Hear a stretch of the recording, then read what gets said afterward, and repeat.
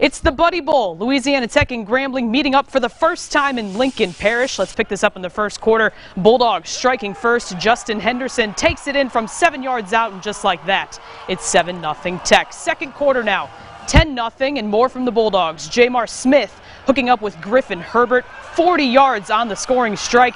Tech led 20-0 at the half, but the Tigers wouldn't go away. Great halftime adjustments by Coach Fobbs. They go tempo and get on the board in the third. Jeremy Hickbottom to Ray Richardson, 23 yards on the score. Tigers showing a little life. Fourth quarter now, and we've got a ball game. G-men strike again. Jakari Nichols taking it in for 2 yards out. It's now a 6-point game, and on the ensuing kickoff, the onside kick here recovered by the Tigers, but the offense ran out of gas and gave the ball back on fourth down. Tech runs out the clock from here. Bulldogs escaping 20-14. Brad Cisak was in Ruston for this one, and he has more.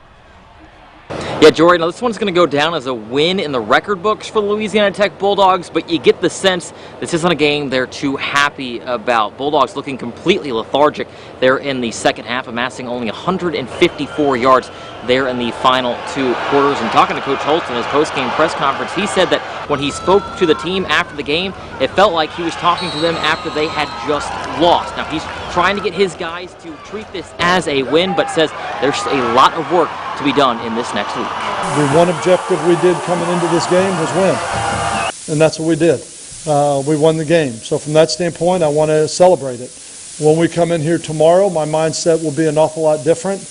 We'll have to look at the mistakes and what we got to correct and look at how far away we are from getting done what we got to get done.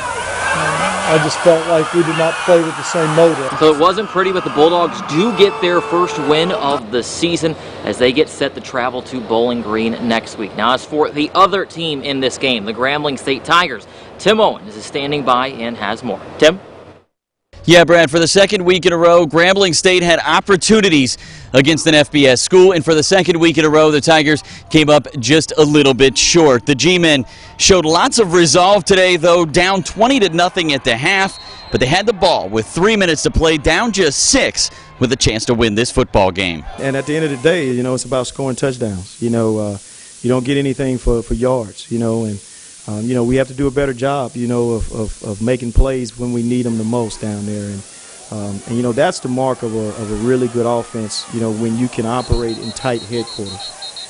You know, when you get down there inside the 20 and 15, 10-yard line, you know, there's only so far you can go. So it shortens the defense and creates a situation where there's not much space. So you got to be extremely, you know, efficient.